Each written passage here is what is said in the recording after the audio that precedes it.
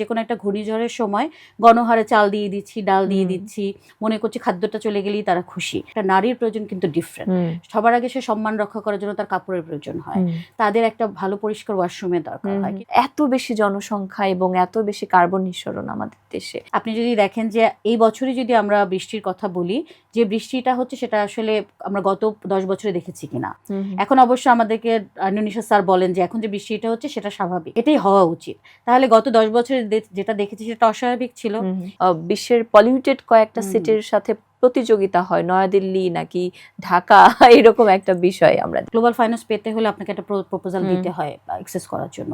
সেই প্রপোজালগুলো আসলে অ্যাপ্রোপ্রিয়েট হচ্ছে না।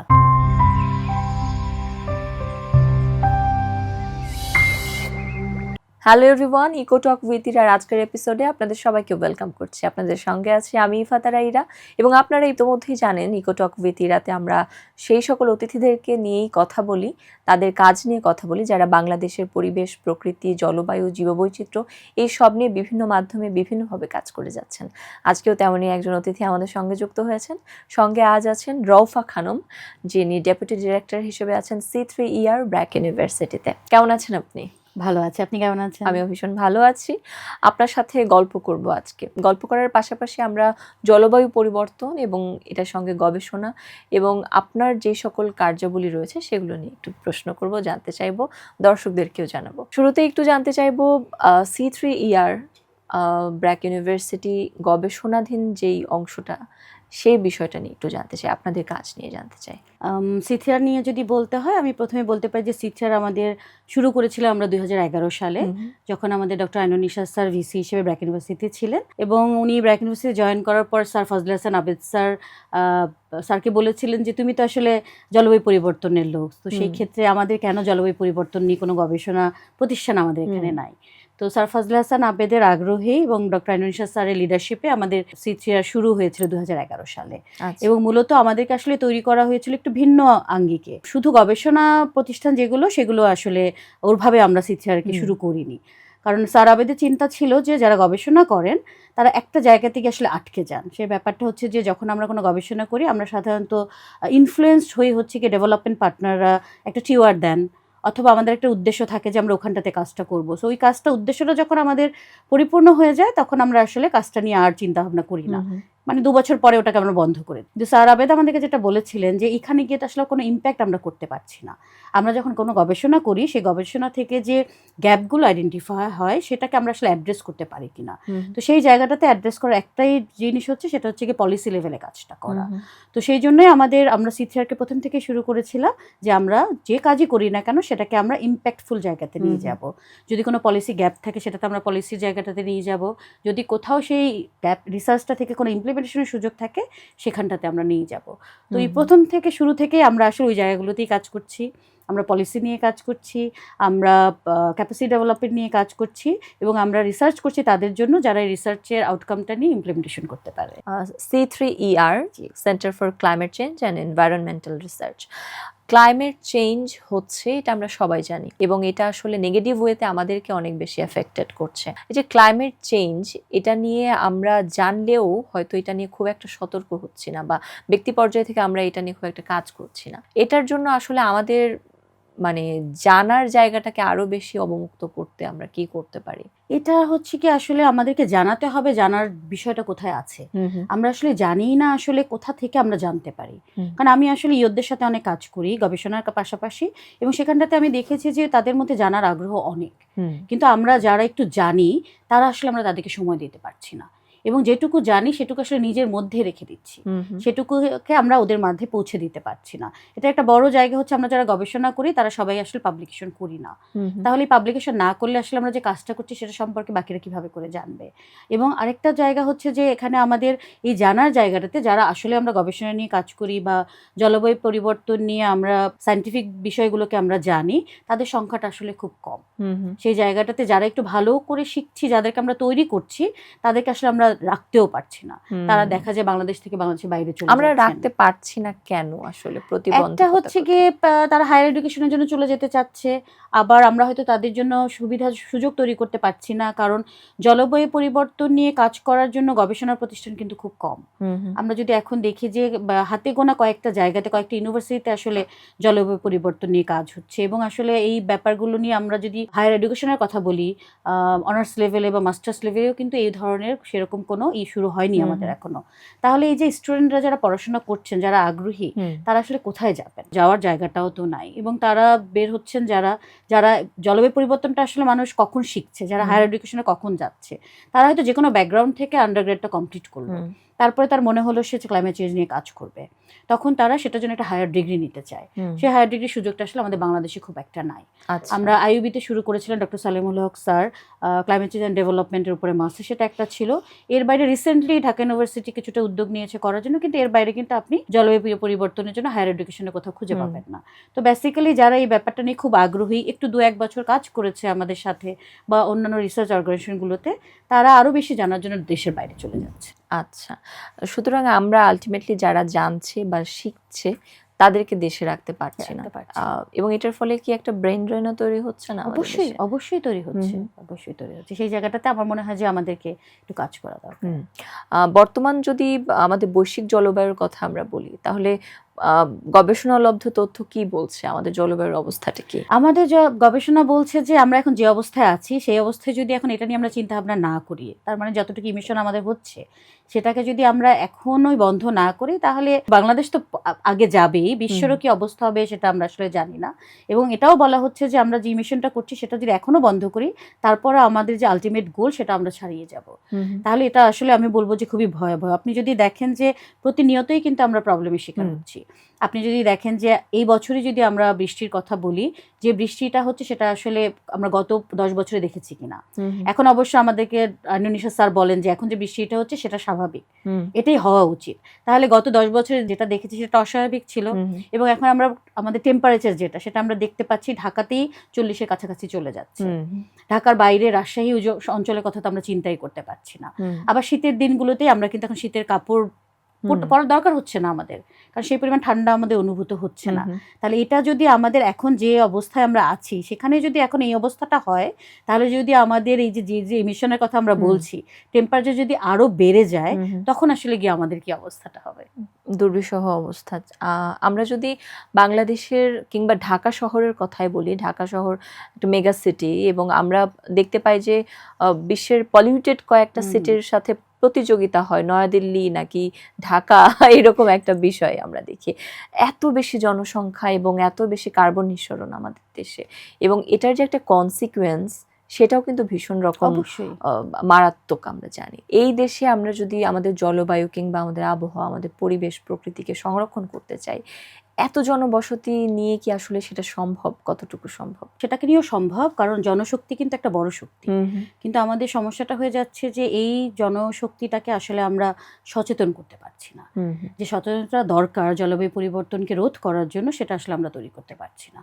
যেমন আমরা যে কোনো জায়গায় ময়লা ফেলছি, সেটা তো আমরা নিজেরা যদি বন্ধ করে দিই, তাহলেই কিন্তু আমরা ওয়েস্ট ম্যানেজমেন্টের একটা ধাপ এগিয়ে গেলাম।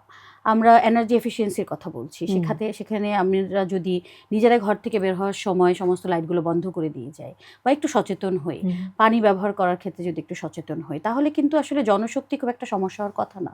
বরঞ্চ আমরা সবাই মিলে যদি উদ্যোগগুলো নিতে পারি, তাহলে কিন্তু এই মানে অনেক জনসংখ্যাই কিন্তু আমাদের আসলে একটা বড় শক্তি হতে পারে। এই যে এত জনসংখ্যা, এবং জনসংখ্যার অর্ধেকটা পুরুষ, অর্ধেকটা নারী, আমরা যদি চিন্তা করি জলবায়ু পরিবর্তনের কথা বা পরিবেশ প্রকৃতির কথা, সেটার কিন্তু একটা খুব প্রকট প্রভাব আমাদের মনস্তত্ত্বে পড়ে, আমাদের সামাজিকভাবেও এটার একটা প্রভাব রয়েছে। তো এই জলবায়ু পরিবর্তন কি কোনোভাবে নারীকে ভালনারেবল করে তুলছে কিনা, বা এটার কোনো ইম্প্যাক্ট আমাদের সোসাইটিতে পড়ছে কিনা? অবশ্যই পড়ছে, কারণ এমনিতেই তো নারীরা আমরা ভালনারেবল। এক অর্থে যেটা হচ্ছে যে আমরা সবসময় একটু পিছিয়ে পড়া, কারণ আমরা শিক্ষার কথা বলি বা আমাদের এম্পাওয়ারমেন্টের কথা বলি, সেক্ষেত্রে নারীরা কিন্তু আমরা একটু পিছিয়ে আছি।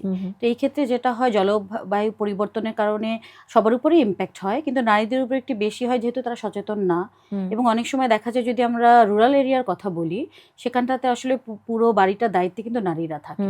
সো যখন একটা ঘূর্ণিঝড় হয় বা তারা বিভিন্ন জলবায়ু পরিবর্তনের আঘাত পায়, তখন কিন্তু সবচেয়ে বড় রেসপন্সিবিলিটি নারীদের উপরে পড়ে আসে।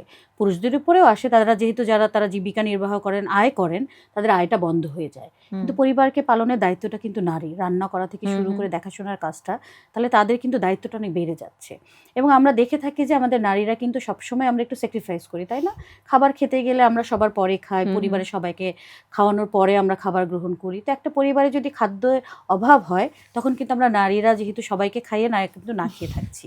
স্বাস্থ্যের দিকেও তাই, আমরা একটু স্বাস্থ্য সম্পর্কে নারীরা এমনিতে একটু অসচেতন, আমরা চিকিৎসা করাতে যেতে চাই না, এবং প্রবলেমগুলো হলে আমরা যতক্ষণ পর্যন্ত ডাক্তারের কাছে যাই না, যতক্ষণ আমরা সেটাকে সহ্য করতে পারি। কিন্তু একটা ডিজাস্টার পিরিয়ডটাতে কিন্তু নারীদের সমস্যাটা আরো বেশি হয়।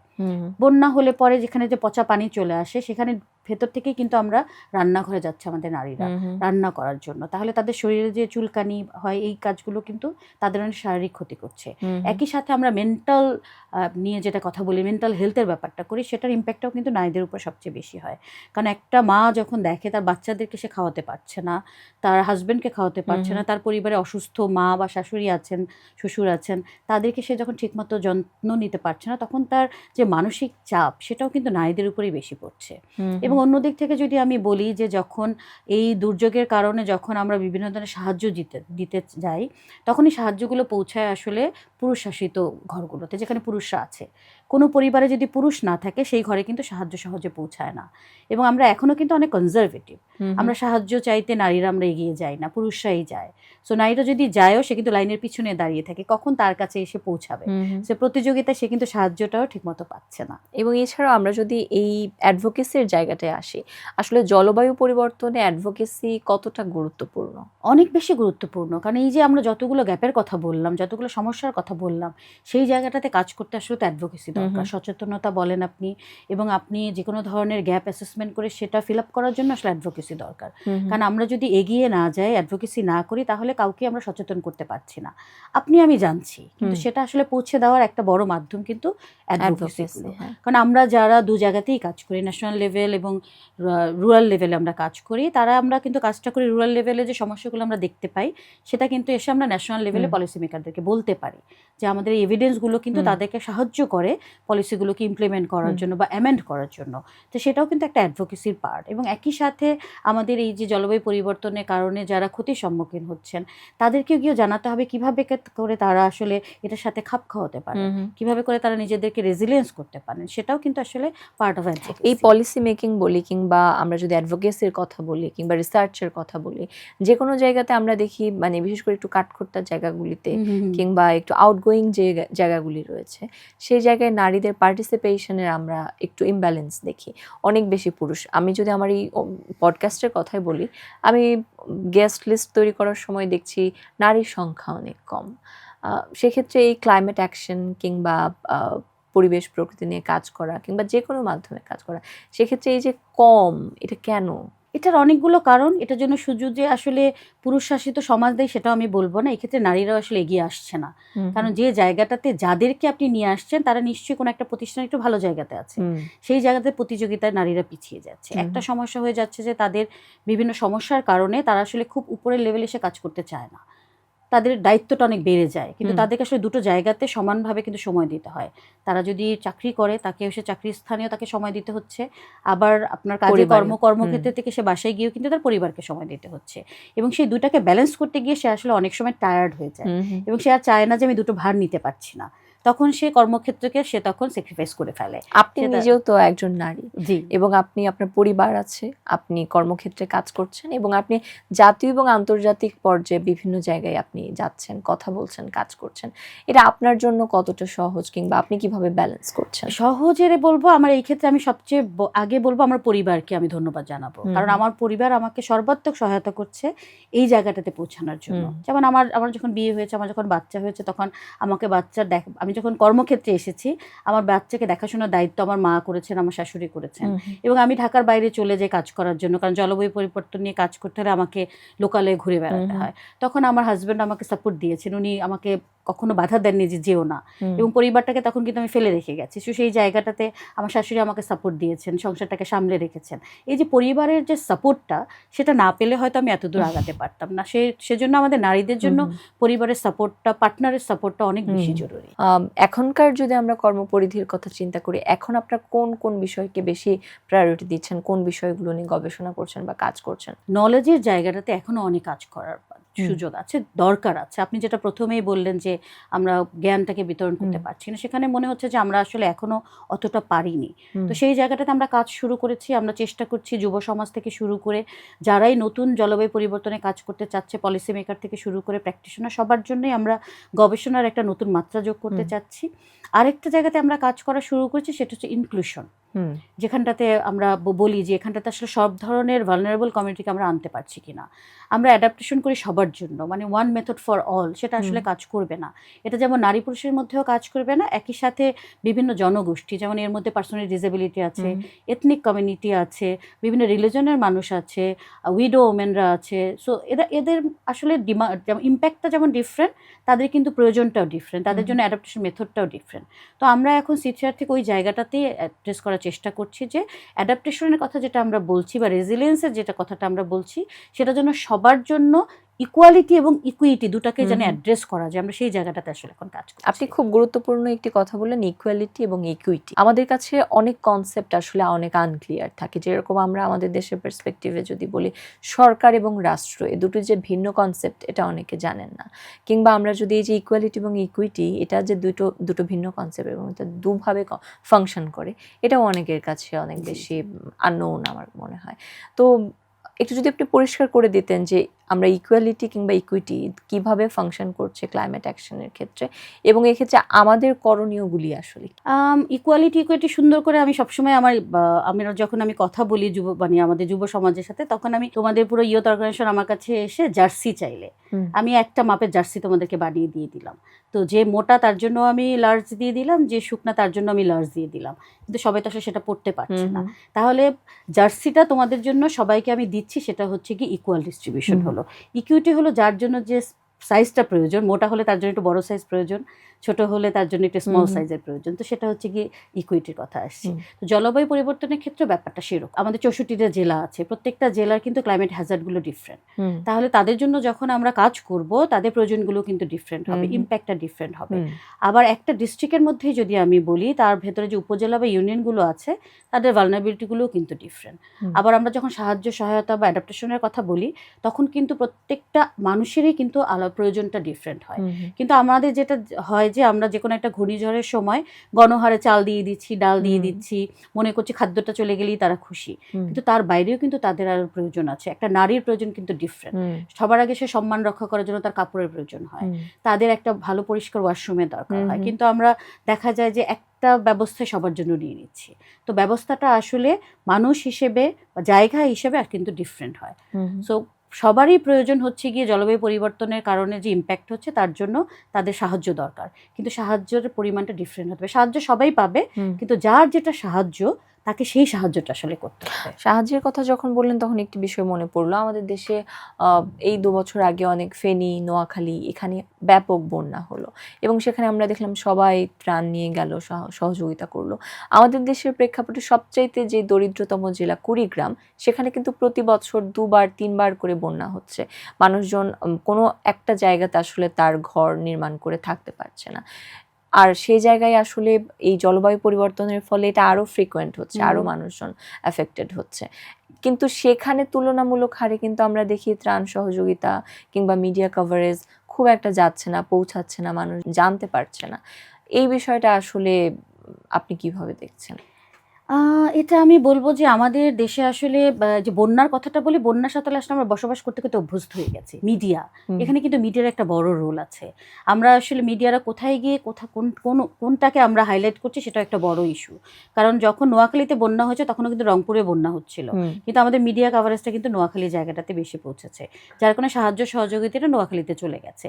এবং একই সাথে ওখানে যারা বসবাস করছেন, তারাও তাদের প্রয়োজনটা কিন্তু ঠিকমতো পৌঁছাতে পারছেন না। কারণ ওই যে বললাম, অনেক বছর ধরে বন্যার সাথে থাকতে থাকতে তারা ভেবেই নিয়েছেন যে এটাই হচ্ছে এটাই একটা নিয়ম, স্বাভাবিক বিষয়। এটার জন্য যে আলাদাভাবে সাহায্য পাওয়া যেতে পারে, এটার যে সলিউশন হতে পারে, তারা চাইলে তাদের জন্য একটা সহজ সমাধান হতে পারে, যে কোনো জায়গাতে তাদেরকে স্থানান্তর করে একটা পার্মানেন্ট সলিউশন হতে পারে, সেটাও তো আসলে চিন্তা করছেন না। যার কারণে ওই যে যেটা আমরা বলি যে একটা বাচ্চা যদি কান্না না করে তাকে কিন্তু খাবার দেওয়া হয় না। তো যার প্রয়োজন সে যদি না চায় তার কাছে কিন্তু সাহায্য আসলে পৌঁছায় না। মিডিয়ার তো অনেক বড় একটা রোল আছে, তো সেক্ষেত্রে জলবায়ু পরিবর্তন নিয়ে আমাদের দেশের মিডিয়াগুলি আসলে কি মানুষকে খুব বেশি জানাচ্ছে বা খুব বেশি এটার কাভারেজটা পাচ্ছে? আমাদের চেষ্টা করছে, আমি বলবো মিডিয়া এখন অনেকভাবে চেষ্টা করছে। আমরা মিডিয়ার সাথে কাজ করছি, মিডিয়ারা নিজ আগ্রহে আমাদের কাছে আসছেন, শেখার জন্য আসছেন, এবং তারা চাচ্ছেন আমরা গবেষণা করে যে তথ্যগুলোকে পাচ্ছি সেটা ছড়িয়ে দেওয়ার জন্য। কিন্তু ছড়ানোর যে মাধ্যমটা, যে ডিজিটাল প্ল্যাটফর্মটা দরকার, সেটা কি আসলে আমাদের সব মানুষের কাছে আছে কিনা, এটা একটা বড় প্রশ্ন। কারণ হচ্ছে আমরা যারা একটু শহরের জায়গাতে থাকি তাদের কাছে হয়তো নেটওয়ার্কটা অ্যাভেলেবল, তাদের কাছে হয়তো আমরা এখন মোবাইলের মাধ্যমে সবচেয়ে বেশি এই তথ্যগুলো পেয়ে থাকি। আমাদের ওখানে যারা নারীদের কথাই বলি, প্রত্যেক নারীর হাতে আপনি দেখবেন একটা ছোট সেই পুরোনো ধরনের একটা মোবাইল থাকে যাতে সে শুধু কথা বলতে পারে। তাহলে তার কাছে যখন একজন মিডিয়া পার্সন একটা ভিডিও ডকুমেন্টারি পাঠাবে, সেটা অ্যাক্সেস করতে পারছে না।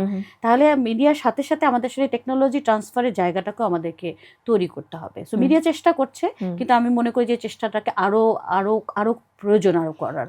যেমন আমি বলতে পারি যে শুধু খবর দিয়ে হবে না, আমাদের আগে যেটা আমাদের প্র্যাকটিস ছিল পথনাট্য বা মিডিয়া, ওখানে গিয়ে তাদের তথ্যগুলোকে নিয়ে আসা, কমিউনিটির সাথে তাদের আরো ইনভলভমেন্টটা, যে শুধুমাত্র পলিসি মেকারদের সাথে কথা বলা না, কমিউনিটির কাছ থেকেও তারা তথ্যগুলোকে নিয়ে আসতে পারেন, সেটা তারা কিন্তু মিডিয়ার মাধ্যমে পলিসি মেকারদের কাছে পৌঁছে দিতে পারেন।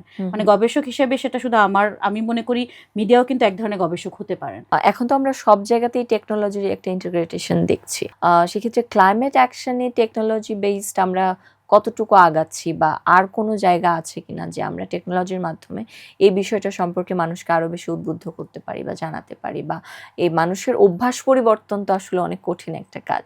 আমরা দেখেছি আমাদের দেশের মানুষকে হাত ধোয়া শেখাতেই মিনা কার্টুনের প্রয়োজন হয়েছে, লাইফ বয়ের ক্যাম্পেইন চালাতে হয়েছে, অনেক কিছু করতে হয়েছে। আর আমাদের ছোট ছোট অভ্যাসের কারণেই কিন্তু আমাদের দেশের অনেক ধরনের পরিবর্তন হয়, কিংবা ছোট ছোট অভ্যাসের কারণে পরিবেশ কিংবা জলবায়ুর উপরে অনেক বেশি ইম্প্যাক্ট পড়ে। তো এই অভ্যাস পরিবর্তনের জন্য কিংবা মানুষকে সচেতন করার জন্য কি আমাদের টেকনোলজি বেসড ইন্টিগ্রেশনের কোনো ঘাটতি আছে কিনা? টেকনোলজিটা কিছুটা আছে, কারণ আমার কথা হচ্ছে সমস্ত টেকনোলজি আমাদের জন্য অ্যাপ্রোপ্রিয়েট না, বাংলাদেশের জন্য সবগুলো প্রযোজ্য না। আমাদের প্র্যাকটিস যেটা হয়ে গেছে, আমরা নিজেরা বাইরে যাচ্ছি, কোনো একটা টেকনোলজি দেখলে সেটা এনে ইমপ্লিমেন্ট করে ফেলি। তো তার আগে আমাদের আসলে অ্যাসেস করতে হবে যে টেকনোলজিটা আমাদের দেশের জন্য আসলে অ্যাপ্রোপ্রিয়েট কিনা, এবং এটা যাদের জন্য নিয়ে আসছি তারা আসলে ঠিকমতো ব্যবহার করতে পারছে কিনা। আমরা বিভিন্ন ধরনের টেকনোলজির কথা বলি, আমরা ওয়াটার সলিউশনের জন্য PSF এর কথা বলছি, রেইন ওয়াটার হারভেস্টিং এর কথা বলছি, কিন্তু এটাকে ম্যানেজ করাটা আমরা আসলে এখনো ভালো করে জানছি না, যার কারণে অনেক বছর ধরে কিন্তু এই টেকনোলজিগুলোকে আমরা সাস্টেনেবল করতে পারছি না। একই সাথে আমরা সচেতনতা বাড়ানোর জন্য টেকনোলজির কথা বলছি, আমরা প্রচুর ডিজিটাল মিডিয়াতে প্রচুর ক্যাম্পেইন করছি, কিন্তু এই যে টেকনোলজিটা আমরা পৌঁছে দিতে পারছি না। তাহলে আমাদের এমন টেকনোলজি লাগবে যাতে যার কাছে আপনার স্মার্টফোন আছে সেও যাতে টেকনোলজিটা ব্যবহার করতে পারে, তথ্যটা পেতে পারে, আবার যার কাছে স্মার্টফোন নাই সেও কিন্তু পেতে পারে। তাকে আপনি বিভিন্ন মেসেজের মাধ্যমে কিন্তু দিতে পারেন। তারা রেডিও ইউজ করে, তাহলে শুধুমাত্র নিউজ আপনার টিভি ব্যাপার বা ভিডিও ডকুমেন্টারি না হয়ে তার জন্য কিন্তু আমরা রেডিওটার মাধ্যমে তাদের কাছে পৌঁছাতে পারি। তাহলে টেকনোলজি ট্রান্সফারটা আমাকে চিন্তা করতে হবে, কোথায় কোন টেকনোলজিটা ব্যবহার করে তাদের কাছে আমরা পৌঁছাতে পারি। আমরা টেকনোলজির কথা যদি বলি তখনই আসলে তরুণ প্রজন্মের কথা চলে আসে। তো সেক্ষেত্রে কি আসলে তরুণ প্রজন্মের যারা রয়েছে তারা এই ক্লাইমেট অ্যাকশনে খুব বেশি আগ্রহ প্রকাশ করছে কাজ করার বা ভূমিকা রাখা? আমি কালকে ঢাকা ইউনিভার্সিটির একটা অনুষ্ঠানে গিয়েছিলাম, অক্সফাম এবং মিশন গ্রিন আয়োজিত। সেখানে আসলে টেকনোলজি ট্রান্সফার নিয়ে কথা হচ্ছিল, এবং তাদের আগ্রহ যুবকদের মানে যুব সমাজের আগ্রহ কিন্তু অনেক, কিন্তু তারা আসলে জানে না এই টেকনোলজি ট্রান্সফারটা নিয়ে তারা আসলে কতদূর যেতে পারবে। তারা সুযোগ খুঁজছে যে তারা এই টেকনোলজিটাগুলোকে নিয়ে কাজ করতে চায়, তারা এমনকি জানেও না কোথায় কোন টেকনোলজি আছে, কিন্তু তারা এই ব্যাপারটাতে খুব আগ্রহী। তো তারা একটা পথ খুঁজছে আমাদের কাছে যে কিভাবে করে তারা এই জায়গাটাতে নিজের ক্যাপাসিটি ডেভেলপমেন্ট করতে পারে। তো তাদের জন্য আসলে আমি মনে করি যে ক্যাপাসিটি ডেভেলপমেন্টের জায়গাটা আমাদের উন্মুক্ত করতে হবে। এবং আমি যেটা বলছিলাম যে এবার যদি আপনি ক্লাইমেট বাজেটটা দেখেন, আমাদের এবার যে বাজেটটা পেশ হলো আমাদের এই বছরের জন্য, সেখানে 3টা ভাগে বাজেটটাকে ভাগ করা হয়েছে, এবং তার 3000 কোটি টাকা রাখা হয়েছে গবেষণা এবং ক্যাপাসিটি ডেভেলপমেন্টের জন্য। তা আমি মনে করি এই জায়গাটাতে যুব সমাজকে কিন্তু ওই বাজেটে যেহেতু আছে, এই বাজেটটা ব্যবহার করে কিন্তু আমরা টেকনোলজি ট্রান্সফারের জায়গাটাতে ইউথদের ক্যাপাসিটি ডেভেলপমেন্ট করতে পারি। যে কোনো কাজের কথাই বলি, তাহলে পরে যুবক তরুণ যারা রয়েছেন তারা যখন এগিয়ে আসছে তখন কিন্তু কাজটা সহজ হয়ে যাচ্ছে, এবং ভলেন্টিয়ারিং যদি থাকে তাহলে আমরা কিন্তু যে কোনো জায়গাতে কাজ করাটা সহজভাবে করতে পারবো। আর সবচেয়ে গুরুত্বপূর্ণ যেটি বিষয় সেটা হচ্ছে নীতি নির্ধারণী পর্যায়ে যারা রয়েছেন, আমাদের বর্তমানে যারা নীতি নির্ধারণী পর্যায়ে রয়েছেন তারাও তো নিশ্চয়ই এই জলবায়ু নিয়ে কিংবা আমাদের দেশের পরিবেশ নিয়ে কাজ করার চেষ্টা করছেন বা বিভিন্ন ধরনের পরিকল্পনা করছেন। এই পরিকল্পনাগুলি আসলে বাস্তবায়ন করার চ্যালেঞ্জ কি কি? আমরা যেটা বলি যে বাংলাদেশে প্রচুর পলিসি আছে এবং খুব সুন্দর সুন্দর পলিসি আছে, এবং এই পলিসিগুলোকে যদি আমরা ইমপ্লিমেন্ট করতে পারি ইফেক্টিভলি তাহলে আসলে অনেক সমস্যার সমাধান হয়ে যাবে। কিন্তু একটা ছোট সমস্যার জায়গা সেটা হচ্ছে যে পলিসিগুলো ইমপ্লিমেন্টেশনের জায়গাতে, এখানে আমি বলবো না যে ইচ্ছাকৃতভাবে ইমপ্লিমেন্টেশন করা হচ্ছে না, কিন্তু ইমপ্লিমেন্টেশনের জন্য যে আর্থিক সহায়তা প্রয়োজন সেটা আমাদের আসলে নাই। এবং আমাদের যে ইনস্টিটিউশনগুলোকে দায়িত্ব দেওয়া হয় তাদের আসলে ক্যাপাসিটির ব্যাপার আছে, জনবলের দরকার আছে, তাদেরও ইনস্টিটিউশনাল ক্যাপাসিটি। জলবায়ু পরিবর্তন নিয়ে কাজ করে, তার মধ্যে সবচেয়ে বেশি কাজ করছে পরিবেশ অধিদপ্তর। পরিবেশ অধিদপ্তরকে যদি আপনি দেখেন 64 জেলাতে আসলে তাদের জনসংখ্যা কত, তো একটা কাজ করতে গেলে তো আসলে জনবলেরও প্রয়োজন হয় এবং তাদের সেই পরিমাণ লজিস্টিক সাপোর্টও দরকার হয়। তো সেটা যতক্ষণ পর্যন্ত আপনি দিতে না পারছেন ততক্ষণ পর্যন্ত আসলে আমরা ইমপ্লিমেন্টেশনের কথা আসলে চিন্তা করতে পারছি না, সেই জায়গাটাতে আসলে আমরা পিছিয়ে আছি। এবং আরেকটা আর্থিক সহায়তা, একইভাবে আমরা নিজেরা আমাদের ন্যাশনাল ফান্ড দিয়ে চেষ্টা করছি, কিন্তু এটা আসলে সাফিসিয়েন্ট না, যার জন্য আমাদের গ্লোবাল ফাইন্যান্সও দরকার, সেটাও আমাদেরকে অ্যাক্সেস করার ব্যাপারে আমরা আসলে অনেক বাধার শিকার হচ্ছি এবং আমাদের আসলে সেই পরিমাণ ক্যাপাসিটিও নয়, আমরা খুব বুঝতেও পারি না কিভাবে করে আসলে এই আপনার গ্লোবাল ক্লাইমেট ফাইন্যান্সটাকে আমরা অ্যাক্সেস করতে পারি। এই সব কিছুই আসলে আমাদের পলিসি ইমপ্লিমেন্টেশনে বাধা তৈরি করছে। ক্লাইমেট অ্যাকশনের কথা যদি বলি, এটা তো গ্লোবাল ফরম্যাটেই কাজ করছে এবং আপনি বিভিন্ন দেশে গিয়েছেন, বিভিন্ন কনফারেন্সে অ্যাটেন্ড করছেন এবং আপনি দেখছেন যে সেই দেশের পলিসি বা সেই দেশ যেভাবে ফাংশন করছে, তাদের ইমপ্লিমেন্ট করছে তাদের এই বিষয়গুলো, সেই জায়গাগুলি থেকে আমাদের দেশের পার্থক্যটা কোথায় দেখছেন, বা আমাদের দেশ কতটুকু অগ্রসর হচ্ছে বা কতটুকু সচেতনতা বৃদ্ধি করতে পারছে, বা ল্যাকিংসগুলি কি? একটা বড় জায়গাতে আমরা আটকে আছি, আসলে আমরা সেই পরিমাণ গ্লোবাল ফাইন্যান্স অ্যাক্সেস করতে পারছি না। আচ্ছা, এর একটা বড় কারণ আমরা এভিডেন্স তৈরি করতে পারছি না, আমাদের ইনফরমেশন একটা বড় গ্যাপ আছে। এই জায়গাটাতে গ্যাপ থাকার কারণে আমরা যখন প্রপোজালগুলো লিখছি, কারণ গ্লোবাল ফাইন্যান্স পেতে হলে আপনাকে একটা প্রপোজাল দিতে হয় অ্যাক্সেস করার জন্য, সেই প্রপোজালগুলো আসলে অ্যাপ্রোপ্রিয়েট হচ্ছে না, কারণ যারা এই ফাইন্যান্সগুলো দেখেন বা রিভিউ করেন তারা এভিডেন্স খুঁজে বেড়ান, তারা একদম তথ্য খুঁজে বেড়ান। জলবায়ু পরিবর্তন হলে তো আমাদের সাথে একটা ট্রেন্ড অ্যানালাইসিস দেখতে হয়, যে কারণটা দেখাতে হয় যে জলবায়ু পরিবর্তনের কারণেই ক্ষতিটা হচ্ছে, সেই তথ্যগুলো আসলে আমাদের অ্যাভেলেবেল না, যার কারণে আমরা অনেকখানি পিছিয়ে আছি। আর ইমপ্লিমেন্টেশনের কথা যদি বলি, যেটা বললাম যে ওই যে টেকনোলজির যে ব্যাপারটা, সেই জায়গাটাতে আমরা অনেক পিছিয়ে আছি। আমরা টেকনোলজি আনার চেষ্টা করছি কিন্তু আমরা আনতে পারছি না, হয়তো টেকনোলজি নিয়ে আসছি কিন্তু সেই টেকনোলজি ব্যবহার করার জন্য আমাদের সেই ধরনের মানুষ আমরা খুঁজে পাচ্ছি না। তো এই কারণে আমরা একইভাবে আমরা প্রপার অর্থ সাহায্য পাচ্ছি না, আবার পেলেও যখন আমরা কাজ করতে যাচ্ছি তখন এই যে ইনস্টিটিউশন ক্যাপাসিটির কথা বললাম, টেকনোলজির কথা বললাম, সেগুলো অ্যাপ্রোপ্রিয়েট না হওয়ার কারণে আসলে আমরা কাজ করতে পারছি না। আমরা অনেক জায়গাতে অনেক ধরনের প্রতিবন্ধকতা, অনেক জায়গাতে অনেক ধরনের সমস্যা কিংবা ঘাটতি আমরা দেখি, তবুও আমরা আসলে প্রত্যাশার জায়গাটা রাখতে চাই এবং আমরা কাজ করতে চাই আমাদের নিজেদের জন্য, নিজেদের স্বার্থে, দেশের স্বার্থে, সর্বোপরি বৈশ্বিক স্বার্থে। একেবারে শেষ পর্যায়ে আমরা চলে এসেছি, একটু জানতে চাইবো যে আমাদের প্রত্যেকের তো দেশ নিয়ে অনেক চিন্তা থাকে, অনেক আশা থাকে, অনেক পরিকল্পনা থাকে, স্বপ্ন থাকে। আপনার দেশকে নিয়ে আপনার স্বপ্নের জায়গাটা কি? আমি সবসময় চিন্তা করি যে আমি আমার কাজটা যদি ঠিক মতো করতে পারি এবং আমার দেশে যত মানুষ আছে তারা যদি নিজের জায়গা থেকে নিজের জন্য ভালো কাজটা করতে পারে, তাহলে আমার বাংলাদেশটা অনেক সুন্দর হয়ে যেত। অনেক ধন্যবাদ আপনাকে আমাদের আজকের এই পডকাস্টে আসবার জন্য, ইকোটক উইথ ইরা। আশা করছি আমাদের সম্মিলিত প্রয়াসে আমরা আমাদের দেশটাকে সুন্দরভাবে গড়ে তুলতে পারবো।